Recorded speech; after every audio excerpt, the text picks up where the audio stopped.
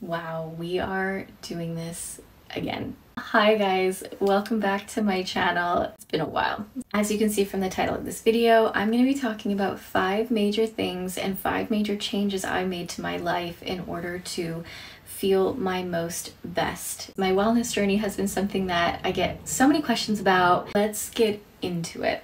I started this channel, I was 19 years old. I have now turned 30 and I feel like I can confidently talk about all these changes that I've made in my life. The first thing I'm going to talk about is a gut health type of change that I made in order to start this whole journey. People get really surprised when I say this, but it is one of the easiest things I decided to do.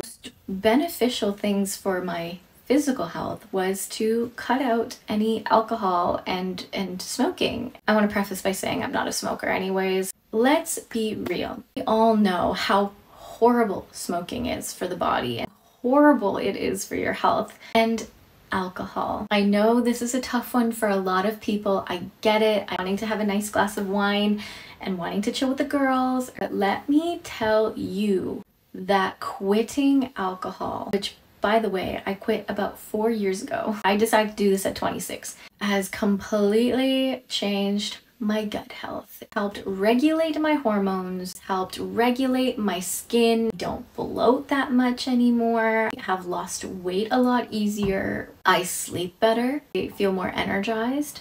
I'm not out here trying to give any health advice. I am just going to share my experience with why and how this has worked for me. So like the most basic standard things you can be doing for yourself. The second thing I did was a big one. Something that I feel like everyone can do or has the ability to do right now, or you know, they can do it later in life. But if you have the opportunity and if you have the means, leave countries.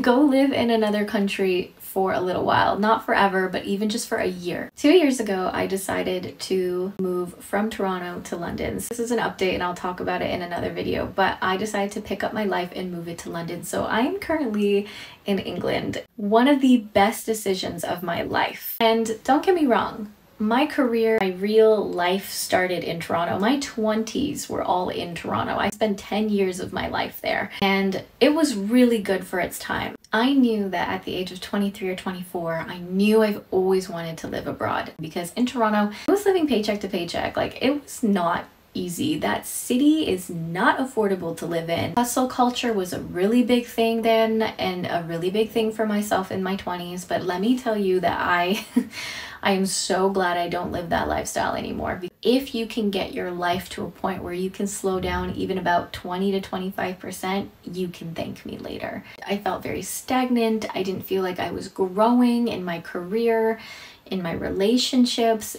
Dating in that city was like no bueno. Don't come at me in the comments about London. I know all the negatives about living in a city. I've already lived in one before, so it's not new news to me. But my outlook on life is just so much better being in a new city. Third thing that I decided to do was to work alongside a personal trainer. This comes towards more of a physical goal. The wellness is working on the inside out. I gained a lot of weight over COVID. I could really tell at the time if you follow me on other social media platforms, but I was very much covering myself up because I just did not like the way that I looked. A big goal of mine was to lose some weight before I moved. I started training and doing the gym again with a friend of mine in Toronto, maybe like a few 4 or 5 months prior to even thinking about personal training, and it was getting me nowhere. I just knew, I was like, I gotta start hustling on getting my body into shape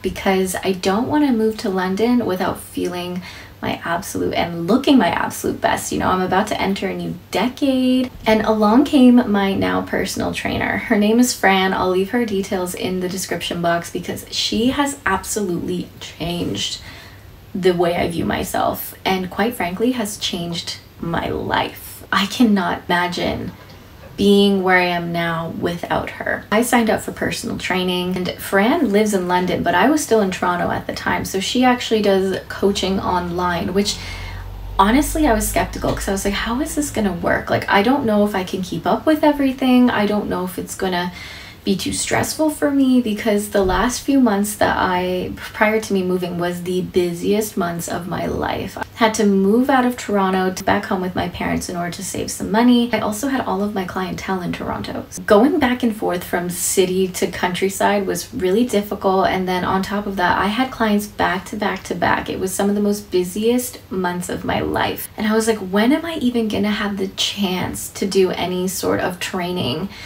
I say this to so many people now, I'm saying it here, is when you want something bad enough, you will do it. You will do anything to make that happen. Kept on track, and I was so determined to lose the goal weight that I wanted to lose, and I'm being very transparent. I wanted to lose at least 10 pounds before moving to the UK. I kept on track with caloric deficiting, with at-home workouts, with just doing my daily walks, getting movement, and lo and behold, after 3 months, I dropped 10 pounds, and I was still able to work, and I was still able to do my busy lifestyle before moving, and having such a chaotic schedule, I still made it happen. To this day, I still train with Fran, and I have gotten to a physique that I never thought in a million years I would ever reach. And if you want to see more of that, that is on my Instagram. That was the third thing that I did to change my life. Number 4. Okay, once I got to London, I knew that I needed to hustle.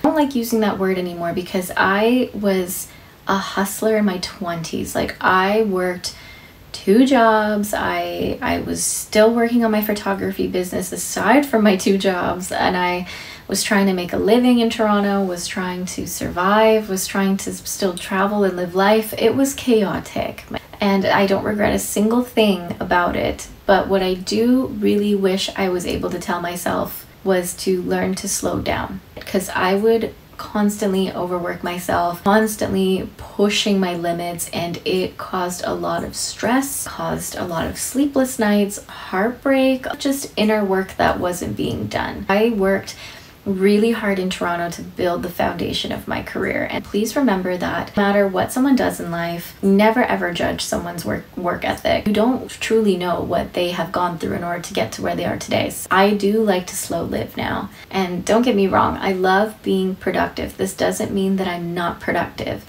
That word can change based off a person. You can be productive by waking up at like 5 a.m., having a pre-day, then starting your work day, and then going to bed. And have a productive day by having a slower morning, starting work a bit later, and going to bed on time. To be honest, I'm not a morning person. I accepted that I'm not an early riser, and I don't think I will be until I become a mother.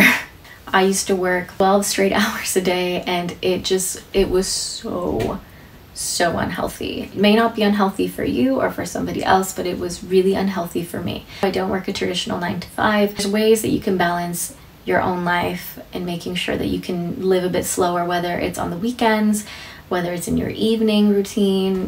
There's always ways to do it, and that's the best part. It's just unique to you. The 5th and final thing I'm going to touch base on was to live minimally. I'm gonna try to hone in on this as much as possible. Minimal living does not always mean just owning 1 pair of socks, 1 pair of shoes, and 1 pair of trousers. Like, I decided to completely take, I want to say 50% of the things that I owned and like chucked them.